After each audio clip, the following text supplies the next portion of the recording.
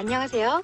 저희 방송은 일일 방송이 힘들 정도로 재정이 열악합니다. 미국 배선 때문에 NSA 자금이 계속 지연되고 있어서 더욱 그렇습니다. 어제 구독자분이 요청이 있었는데 하루 늦게 방송하게 되었습니다. 먼저 이번 15 총선은 역대 최악의 투표 첨사, 조작 선거가 예상됩니다. 이 방송은 윤석열 검찰에 제출해야 할 조작 선거의 증빙 자료입니다. 내용을 모두 보시면 피껏 솥에서 졸도하실지도 모르니 지인과 함께 손잡고 끝까지 시청 바랍니다. 정입학TV는 광고와 후원을 요구하지 않는 순수 애국 방송입니다. 나라 망하기 직전입니다. 이 영상을 지인들에게 공유하여 주십시오.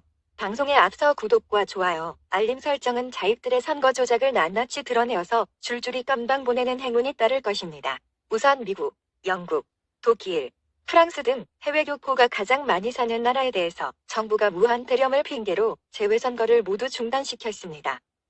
사실 재외선거라는 말도 미화된 용어입니다. 해외선거라고 하면 친근감이 없이 느껴지고 재외선거로 바보는 쪽은 민주당입니다. 거의 민주당 몰표 나온다는데 선거 조작입니다. 잔대가리 대마왕들이고 사기치는 데는 1등 선수들입니다. 이번 선거의 우파가 칠수 밖에 없는 정말 웃기는 진실이 뒤에 나옵니다. 끝까지 시청 바랍니다. 해외 동포가 미국만 200만입니다. 전 세계의 해외 동포 실제 숫자는 800만이 넘습니다. 그 구성을 보면 중국이 250만 명, 미국이 200만 명입니다. 외국 국적자가 56% 이상 증가하고 있습니다. 좌빨들의 해외 간천 늘리기 공작이 도를 넘은 것 같습니다. 5.18 유공자 늘리듯이 선만 닿으면 포섭하여 국적을 취득하게 해줍니다. 해외 공관들 일제 전수조사하여 간첩단을 일망타진해야 합니다. 얼마 전에 프랑스인이 체포되었는데 박근혜 탄핵 시위에 참가하였고 북한 스파이라는 것이 밝혀졌죠.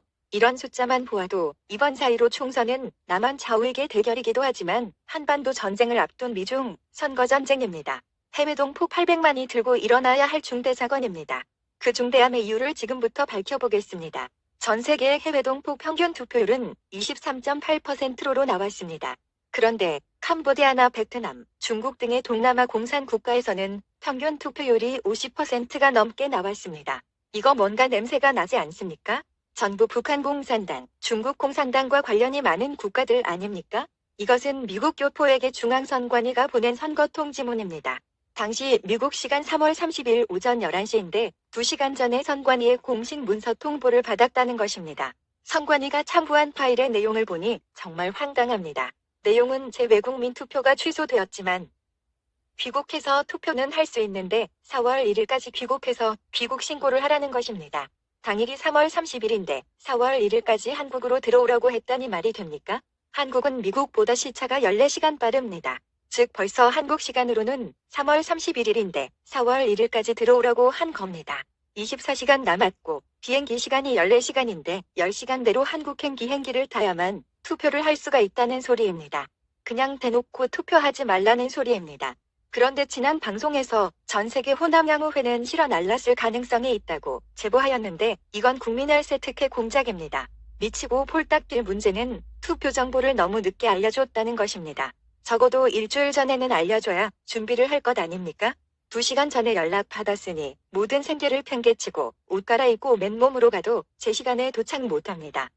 무엇보다 위 정보는 재외선거가 금지된 국가의 리스트인데 중앙선관위는 유독 중국만 투표를 허용했습니다.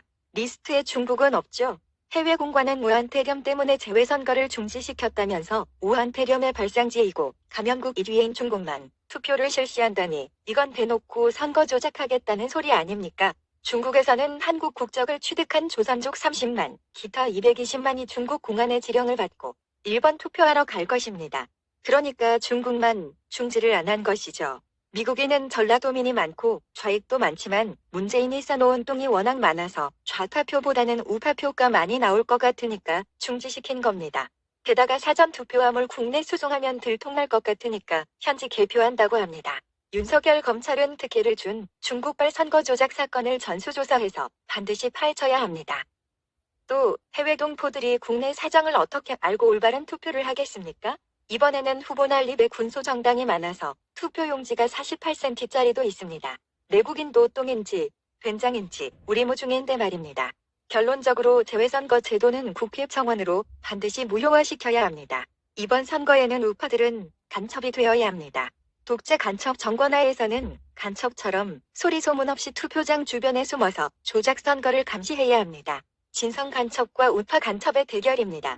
아직도 우파는 송파에 기대어 강아지 털이나 쓰다듬으며 느긋합니다. 국가가 존망의 위기에 처했습니다. 첨언입니다.